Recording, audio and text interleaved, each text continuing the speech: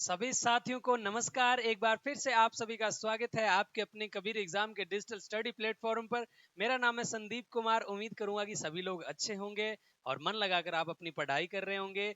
और उम्मीद करूंगा कि आपने अभी तक हमारे चैनल को जरूर सब्सक्राइब कर दिया होगा। नए हो तो जरूर चैनल को सब्सक्राइब करें, पुराने हैं तो क्लास को शेयर कर दीजिए। आज का जो अपना कंटेंट रहने वाला है, क्लास का 14वीं क्लास है अपनी, very very important agriculture supervisor भर्ती 2023 के लिए, जो कृषि विज्ञान और जीके और हिंदी के महत्वपूर्ण क्वेश्चनों का कंटेंट आपको प्रोवाइड करवा रहे हैं। आज की क्लास बेहद खास होने वाली है। इस क्लास में अपने करेंगे पूरी की पूरी एग्रीकल्चर की सीड रेट, चाहे वो हॉर्टिकल्चर में हो, नर्सरी की हो, कोई भी हो, सारी की सारी सीड रेट आज अपने 10 मिनट में आपको उंगलियों पर रटाने के लिए मैं तैयार हूं। तो क्लास को जरूर शेयर कर दीजिएगा। चलिए, वक्त का पहिया आप सभी जानते हैं कि तेजी से घूम रहा है, और चलिए अपनी क्लास में चलते हैं। आज का जो आपका पहला क्वेश्चन है कि निम्न में से असंगत युग्म को छांटिए। पहला क्वेश्चन है, थोड़ा सा अलग डाला गया, बाकी सारे क्वेश्चन जो है वो सीड रेट के ही डाले गए हैं। तो उम्मीद करूंगा कि सभी लोग इस चीज को समझेंगे। और वेरी वेरी इंपॉर्टेंट क्वेश्चन है। यदि आप इन क्वेश्चनों की पीडीएफ बिल्कुल फ्री में लेना चाहते हैं तो हमारी एप्लीकेशन डाउनलोड कीजिए, कबीर एग्जाम ऐप एंड्रॉइड से, या आपको वीडियो के डिस्क्रिप्शन में ऐप का लिंक मिल जाएगा। बिल्कुल फ्री ऑफ कॉस्ट इन सारे के सारे क्वेश्चनों की पीडीएफ आपको वहां से मिल जाएगी, और इन सभी क्वेश्चनों का बिल्कुल फ्री में आप टेस्ट भी दे सकते हैं। ओके सर, चलिए अपने चलते हैं। आज का जो आपका पहला क्वेश्चन है, निम्न में से असंगत युग्म छांटिए। यहाँ पे पुष्प क्रम के संबंध में दिया है। तो जो खजूर का जो पुष्प क्रम होता है वो स्पेडिक्स होता है, या वल्लर का मक्का स्पाइक जो होता है वो रजनीगंधा का, या सोलेटेरी जो होता है वो ग्लेडियोल्स का होता है। Very very important 231 question, 230 question अब से पहले 13 क्लासों में अपने पूरे कर लिए हैं। चलिए, इस क्वेश्चन की यदि अपने चर्चा करते हैं कि सर खजूर का जो पुष्पक्रम होता है वो क्या होता है। वेरी वेरी इंपॉर्टेंट रहेगा। यदि मैं खजूर के पुष्पक्रम की बात करूं तो स्पेडिक्स होता है, और वल्लर की बात करें तो ये मक्का का होता है, और स्पाइक्स होता है वो रजनीगंधा का। लेकिन सोलेटेरी की बात करें तो ये ग्लेडियोल्स का नहीं होता। ठीक है, तो ग्लेडियोल्स का जो पुष्पक्रम होता है वो क्या होता है सर, स्पाइक्स ही होता है। तो ग्लेडियोल्स का जो पुष्पक्रम रहेगा वो क्या रहेगा आपके, सर स्पाइक रहेगा। वेरी वेरी इंपॉर्टेंट रहेगा। ग्लेडियोल्स का जो पुष्पक्रम होता है क्या होता है सर, ग्लेडियोल्स का पुष्पक्रम होता है स्पाइक। ठीक है, याद रखिएगा, स्पाइक। तो ये सोलेटियरी नहीं होता। तो 4 नंबर वाला युग्म जो है वो असंगत है। आगे वाले क्वेश्चन पर बढ़ते हैं। गेहूं की लवणीय, क्षारीय व पेटा कास्ट में बुआई हेतु बीज दर कितनी रखते हैं। यदि आपके जो भूमि है वो लवणीय क्षारीय है, या पेटा कास्ट में नदियों के पेटे के अंदर आप इसकी बुआई कर रहे हो, तो उस वक्त आप बीज दर कितनी रखते हैं। वेरी वेरी इंपॉर्टेंट क्वेश्चन रहेगा परीक्षा की दृष्टि से। चलो, गेहूं की बीज दर की बात आई है, सारी की सारी बीज दर जो गेहूं की है वो अपने यहाँ पर कवर कर लेते हैं। यदि मैं बात करूं, सबसे पहले वेरी वेरी इंपॉर्टेंट क्वेश्चन रहेगा 100 से 120 किलोग्राम प्रति हेक्टेयर सामान्य बुआई की बात करें तो। और अगर अपने बात करें सामान्य बुआई में कितनी बीज दर रखी जाती है, तो आप कहेंगे कि सर सामान्य बुआई के अंदर जो बीज दर रखी जाती है वो 100 से 120 रखी जाती है। सामान्य बुआई में कितनी रखते हैं, सामान्य बुआई, सामान्य बुआई में 100 से 120 रखी जाती है। और लवणीय और क्षारीय या पेटा कास्ट की बात करें तो 2 नंबर जवाब यहां पर बिल्कुल सही रहेगा। 125 से लेकर 130 किलोग्राम प्रति हेक्टेयर रखी जाती है।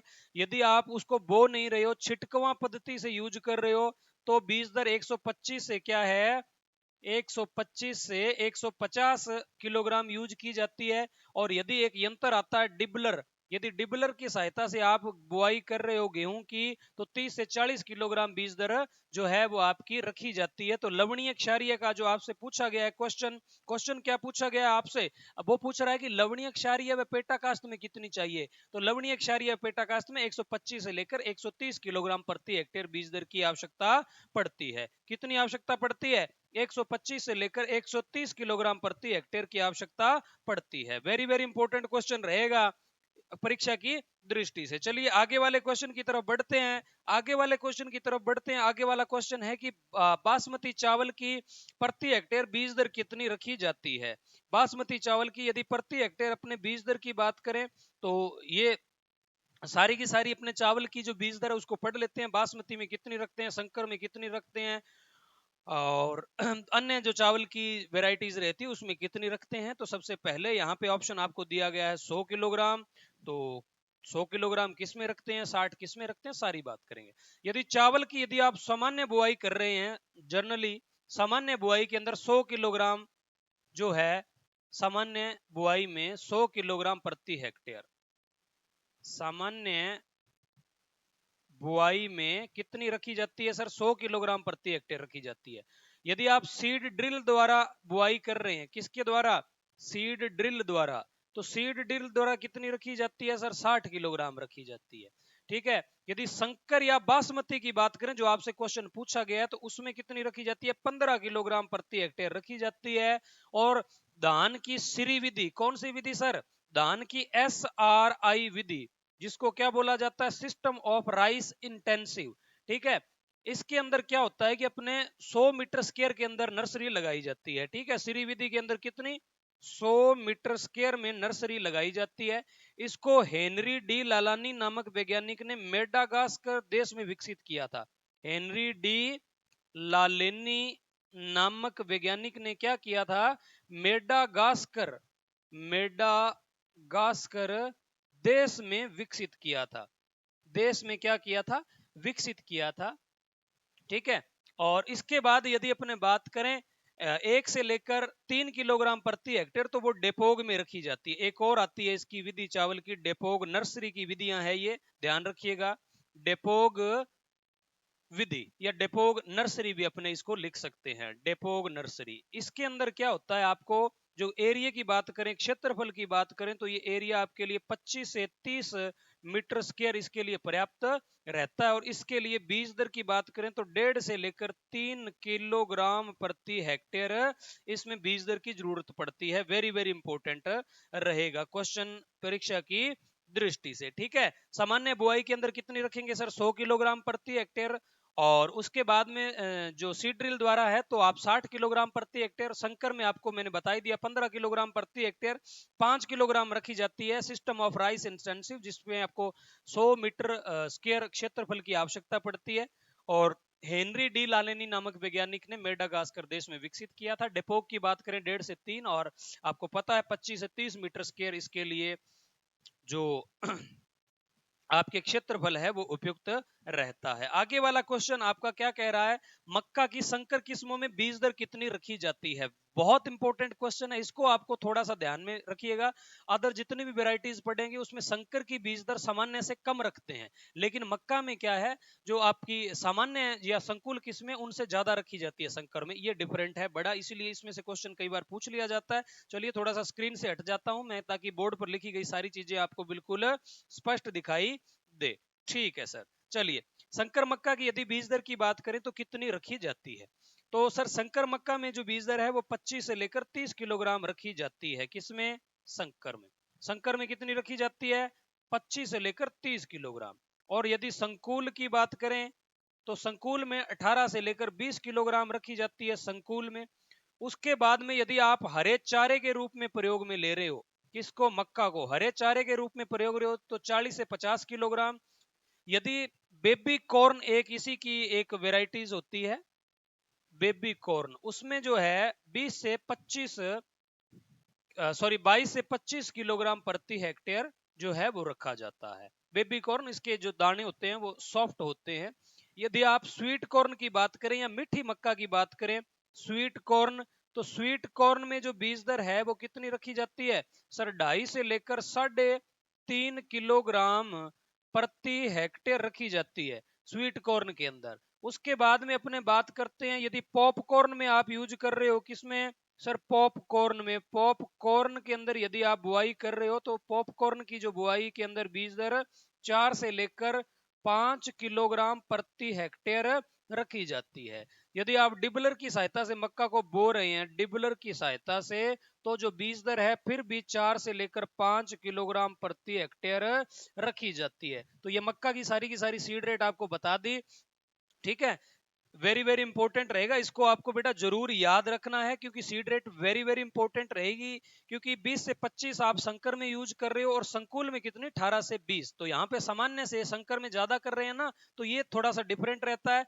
उसके बाद यदि अपने बात करते हैं हरे चारे के रूप में प्रयोग करने की, तो 40 से 50 किलोग्राम, 22 से 25 जो होती है वो किस में रखी जाती है, आपके बेबी कॉर्न में। किस में रखी जाती है सर, बेबी कॉर्न में रखी जाती है, बेबी कॉर्न। बेबी कॉर्न में 22 से 25 किलोग्राम प्रति हेक्टेयर रखी जाती है। ठीक है सर, रखी जाती है। आगे वाला क्वेश्चन आपका क्या कह रहा है, आगे वाला क्वेश्चन कह रहा है कि जौ की लवणीय व असिंचित क्षेत्रों में बीज दर प्रति हेक्टेयर कितनी रखते हैं। यदि जौ की बुआई कर रहे हो आप, लवणीय या कम पानी है वहां पर, तो जौ की बीज दर आप कितनी रखोगे, जल्दी से आपको बताना है कितनी रखोगे। चलिए मैं बता देता हूं आपको कि जौ की बीज दर आप कितनी रखोगे। चलिए यदि अपने बात करते हैं जौ की लवणीय व असिंचित क्षेत्रों में बुआई हेतु, तो कितनी रखते हैं, 150 से 160 किलोग्राम प्रति हेक्टेयर रखी जाती है।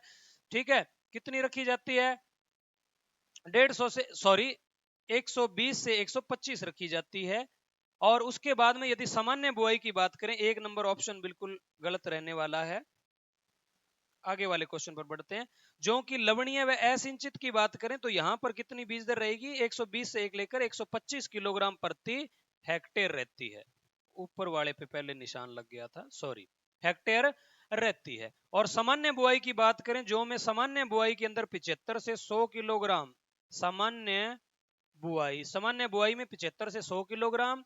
ठीक है, तो ये है जौ की आपके बीज दर। चलिए आगे वाले अपने क्वेश्चन पर बढ़ते हैं। आगे वाला क्वेश्चन आपके क्या बोल रहा है सर, आगे वाला क्वेश्चन कह रहा है कि बाजरे में नर्सरी हेतु बीज दर कितनी रखी जाती है, 4 से 5 किलोग्राम, 2 किलोग्राम, 30 से 40 किलोग्राम या 9 से 12 किलोग्राम कितनी रखी जाती है। बाजरे की नर्सरी के बारे में यहाँ वो पूछ रहा है। चलिए बाजरे की नर्सरी के बारे में पूछ रहा है, तो चलिए बाजरे की नर्सरी पर चलते हैं। और सामान्य बुआई में आपको पता है, सभी को पता है कि जो बाजरे में बीज दर सामान्य में कितनी रखते हैं, सामान्य में सर 4 से 5 रखी जाती है। नहीं पता है तो अभी ध्यान रखिएगा, सामान्य में कितने रखते हैं, 4 से 5 किलोग्राम प्रति हेक्टेयर रखते हैं। 2 किलोग्राम प्रति हेक्टेयर किस में रखी जाती है, नर्सरी में रखी जाती है। और 30 से 40 किलोग्राम प्रति हेक्टेयर किस में रखी जाती है, जल्दी से कमेंट करके बताइएगा। और 9 से 12 की बात करें, यहाँ बाजरे के अतिरिक्त दो टर्म आई है, 9 से 12 ज्वार और सूरजमुखी में बीज दर याद रखिएगा, ज्वार प्लस सूरजमुखी, ज्वार प्लस सूरजमुखी, ज्वार प्लस सूरजमुखी में जो बीज दर है वो 9 से 12 किलोग्राम प्रति हेक्टेयर रखी जाती है। ठीक है, चलिए आगे वाले क्वेश्चन पर बढ़ते हैं। 237 में क्वेश्चन है कि मोठ की प्रति हेक्टेयर कितने बीज दर रखी जाती है। मोठ की यदि बीज दर की अपने बात करें तो मोठ की यहां पर बात आई है, तो मैंने आपको एक क्लास पहले हुई थी उसमें भी आपको मैंने बता दिया था कि जो आपके जितनी भी वेराइटियां है, आपके वेराइटियां क्या, सॉरी अपने क्या बोलते हैं उनको, दलहनी फसलें हैं, उनकी मैंने ट्रिक आपको पहले भी बता दी है। लेकिन आज बीज दर का कॉन्सेप्ट आया तो आज आपको फिर से सारी की सारी चीजें क्लियर कर देते हैं। चलिए अपने क्वेश्चन पर चलते हैं। सारी की सारी दालों की बीज दर एक ही जगह पर कर लेते हैं सीक्वेंस से, आपको याद जरूर रखना इसको।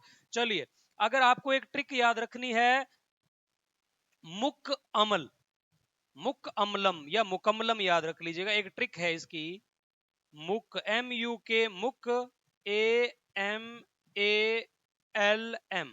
ठीक है, ये बन गया आपका मुक अमल में या मुंह कमल में, ऐसा लिख लीजिएगा। MU मुंह बन जाएगा, KAMAL कमल, और मैं मुंह कमल में, ऐसा याद रख लीजिएगा, जो भी आपका अच्छी ट्रिक लगे आपको। तो M से हो जाएगी बेटा सबसे पहले आपका मोठ, कौन सा, मोठ। M से आपका मोठ, U से हो जाएगा आपका उड़द, और K से हो जाएगा आपका कुछ नहीं, मतलब K से कुछ नहीं आएगा। ए से आपका अरहर और अरंडी आ जाएगा। ठीक है, ए से दो चीजें निकलेगी आपकी, एक तो अरहर और दूसरी अरंडी। ठीक है, याद रखिएगा बीज दर अपने को याद रखनी है यहाँ पे। दूसरे एम से निकल जाएगा मूंग, उसके बाद में ए से आप याद रखिएगा अलसी, और उसके बाद में एल से याद रखिएगा लोबिया, और एम से लास्ट में याद रखिएगा मसूर। मैंने आपको पहले ही बता दिया है कि मसूर जो होती है वो रबी दलहन होती है, बाकी जितनी भी दालें होती है वो खरीफ में बोई जाती है, याद रखेंगे। ओके सर, तो सबसे पहले दालों में सबसे कम बीज दर रखी जाती है मोठ में, तो कितनी रखी जाती है? 9 से लेकर 10 किलोग्राम प्रति हेक्टेयर रखी जाती है। उसके बाद में यदि उड़द, अरहर और अरंडी की बात करें तो किसकी? उड़द, अरहर और अरंडी में बीज दर है वो 12 से लेकर 15 किलोग्राम प्रति हेक्टेयर रखी जाती है। ठीक है। मूंग की बात करें, अलसी और लोबिया, इन तीनों की बात करते हैं। मूंग, अलसी और लोबिया। ठीक है। मूंग, अलसी और लोबिया, प्लस आप इसमें ग्वार भी कर देना। मूंग, अलसी, लोबिया और ग्वार में जो बीज दर है वो कितनी रखी जाती है? 15 से लेकर 20 किलोग्राम प्रति हेक्टेयर रखी जाती है। ठीक है। ग्वार में बीज दर, अगर ग्वार की, ये तो सामान्य फली या दाने लेने के लिए मैं बता रहा हूं आपको। ठीक है। इस चीज को आपको ध्यान में रखना है पूरी की पूरी। हालांकि मैं अभी थोड़ा सा आपके इसके आगे आ गया, लेकिन मैं थोड़ा सा समझा रहा हूं आपको।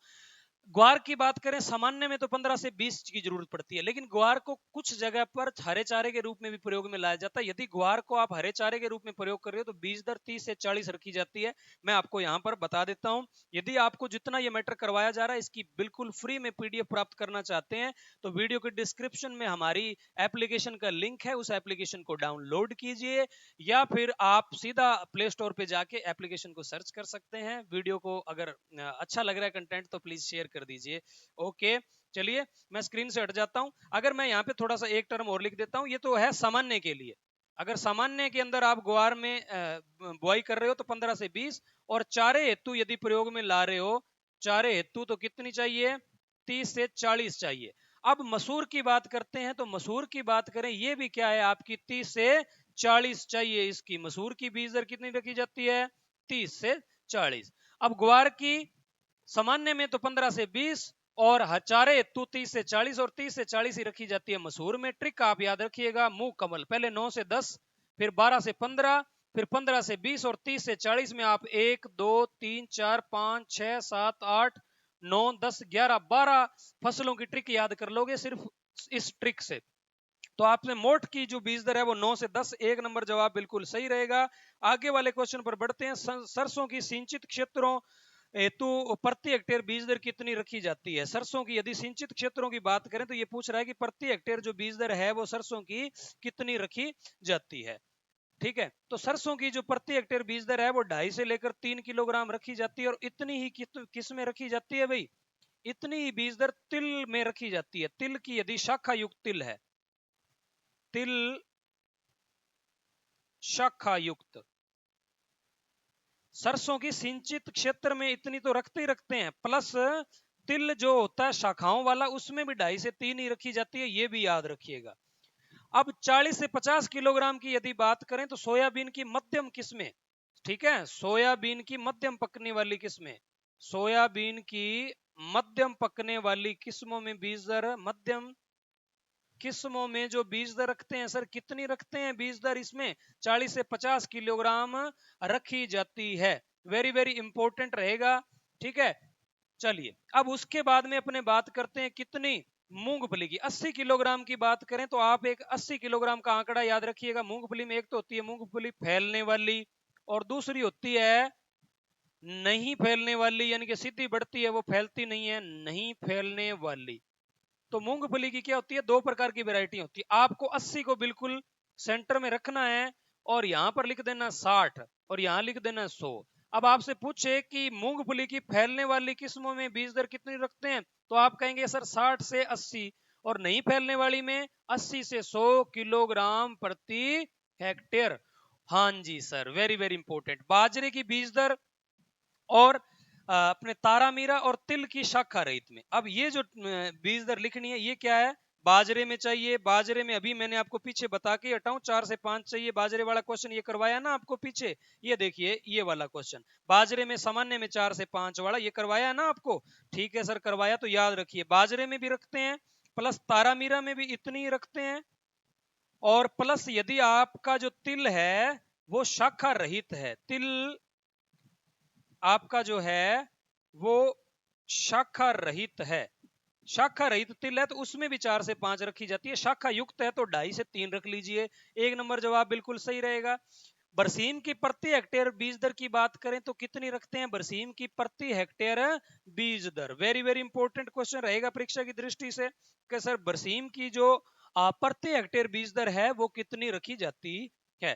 तो 25 से 30 किलोग्राम प्रति हेक्टेयर रखी जाती है, या फिर 30 से 35 किलोग्राम, 15 से 20 या 90 से 100 किलोग्राम प्रति hectare. Very very important question रहेगा परीक्षा की दृष्टि से। चलिए देखते हैं कि कितनी रखी जाती है। अब देखिए पहला ऑप्शन आपके सामने 25 से 30, तो ये बिल्कुल सही है, इतनी ही रखी जाती है बरसीम में 25 से 30।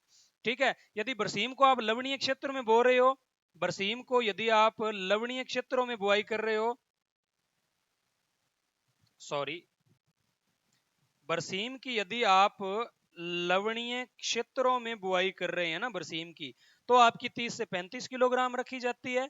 रिजका को यदि कतारों में लाइन से बो रहे हो तो 15 से 20 रखी जाती है। रिजका की कतारों में बुआई कर रहे हो तो, रिजका की कतारों में यदि बुआई कर रहे हो तो आपकी बीज दर 15 से 20 रखी जाती है।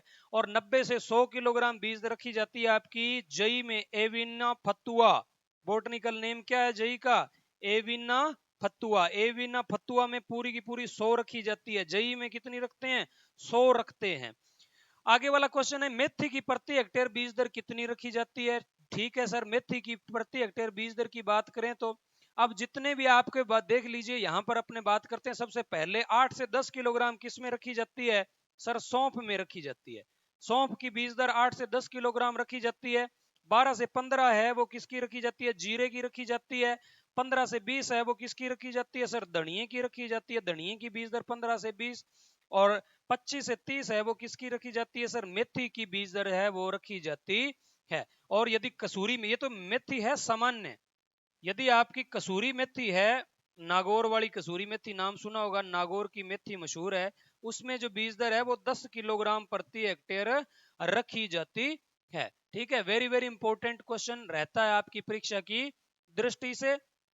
अब देखिए लेग्यूमिनेसी शरद ऋतु में बोते हैं, ये भी याद रखिएगा। पुष्पक्रम रेसीम फल प्रकार जो होता है वो इसका पोड है। किसको बोते हैं? मेथी को। वैसे तो जो आपकी लेग्यूमिनेसी है उसको खरीफ में बोया जाता है, और बट ये जो मेथी है इसको किस में बोया जाता है आपके? वेरी वेरी इंपॉर्टेंट रहेगा, किसमें? शरद ऋतु में बोया जाता है, याद रखिएगा वैसे। और इन सभी का जो पुष्पक्रम होता है ना, सौंफ, जीरा और धनिया का, वो कौन सा होता है पुष्पक्रम? सर पुष्पक्रम इनका वेरी वेरी इंपॉर्टेंट होता है, रेसीन होता है इनका पुष्पक्रम। पुष्पक्रम कौन सा होता है? रेसीन। और जो इनका कुल होता है वो कौन सा होता है? अम्बेली फेरी कुल होता है, याद रखिएगा, अम्बेली फेरी कुल होता है सौंफ, जीरा और धनिया का। मेथी जो होता है वो लेग्यूमिनेसी कुल से बिलोंग करता है। मेथी की बीज दर इसने पूछी है, 25 से 30 किलोग्राम रखी जाती है। आगे वाला क्वेश्चन है संकर कपास की बीज दर प्रति हेक्टेयर कितनी रखते हैं ना? संकर कपास की बीज दर जो है वो प्रति हेक्टेयर कितनी रखी जाती है? वेरी वेरी इंपॉर्टेंट क्वेश्चन रहेगा आपके परीक्षा की दृष्टि से। चलिए 10 से 15 किलोग्राम प्रति हेक्टेयर रखी जाती है, 18 से 20 किलोग्राम प्रति हेक्टेयर रखी जाती है, या 2 से 3 किलोग्राम प्रति हेक्टेयर रखी जाती है, 1 से 1.5 किलोग्राम प्रति हेक्टेयर रखी जाती है। क्वेश्चन जितने भी हैं कॉपी में नोट कर लीजिएगा, क्योंकि बीज दर से किसी भी एग्जाम में उठा के देख लीजिए, क्वेश्चन पूछा जाता है। और इसीलिए आपको एक जगह ट्रिक वाइज करवा रहे हैं ताकि आपका क्वेश्चन गलत ना हो। उम्मीद है कि आप भावनाओं की कदर करते हुए इसको एक अच्छे से रजिस्टर पे सारे क्वेश्चनों को नोट करेंगे। पीडीएफ आपको पता ही है हमारे एप्लीकेशन पे आपको मिल जाएगी। ओके, चलिए क्वेश्चन आपका कह रहा है कि संकर कपास में जो बीज दर है वो कितनी रखी जाती है। देसी कपास में कितनी रखते हैं सर? सर देसी कपास में हम बीज दर जो है वो आपकी 10 से 15 रखते हैं। अमेरिकन कपास के अंदर जो बीज दर है वो 18 से 22 किलोग्राम प्रति हेक्टेयर रखी जाती है अमेरिकन कपास में। और 2 से 3 की बात करें तो संकर कपास में रखी जाती है, संकर कपास में रखी जाती है, जो कि आपका क्वेश्चन क्या है, बिल्कुल सही रहने वाला है।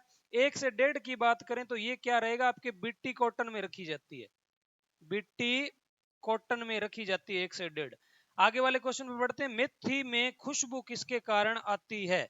मेथी में खुशबू का क्या कारण है? वेरी वेरी इंपॉर्टेंट क्वेश्चन रहता है कि मेथी में जो खुशबू है वो किसके कारण आती है। तो मेथी में खुशबू आती है लिनालोन के कारण। क्यूमिनोल किसके आती है? क्यूमिनोल में सॉरी क्यूमिनोल के कारण जीरे में खुशबू आती है। एनिथोल जो होती है उस वो किस में आती है? सौंफ में, और जो ट्रिगोनेलिन है ये मेथी में खुशबू का कारण रहता है आपके। 1 नंबर जवाब बिल्कुल सही रहेगा। मेथी के अंदर जो खुशबू का कारण है वो कौन सा है भाई? मेथी में खुशबू का कारण ट्रिगोनेलिन है। वेरी वेरी इंपॉर्टेंट क्वेश्चन रहेगा। कमेंट करके आप बताइएगा कि जो लिनालोन है, वैसे तो आपको बता ही दिया, हो सकता है कि वो धनिया हो आपके, लेकिन ट्रिगोनेलिन जो है वो मेथी है। कमेंट करके बताइएगा कि लिनालोन जो है वो किसके अंदर खुशबू का कारण बनता है। वेरी वेरी इंपॉर्टेंट क्वेश्चन रहेगा परीक्षा की दृष्टि से। ट्रिगोनेलिन है वो क्या है भी? मेथी के अंदर खुशबू आती है। कमेंट करके आप मुझे ये बताइएगा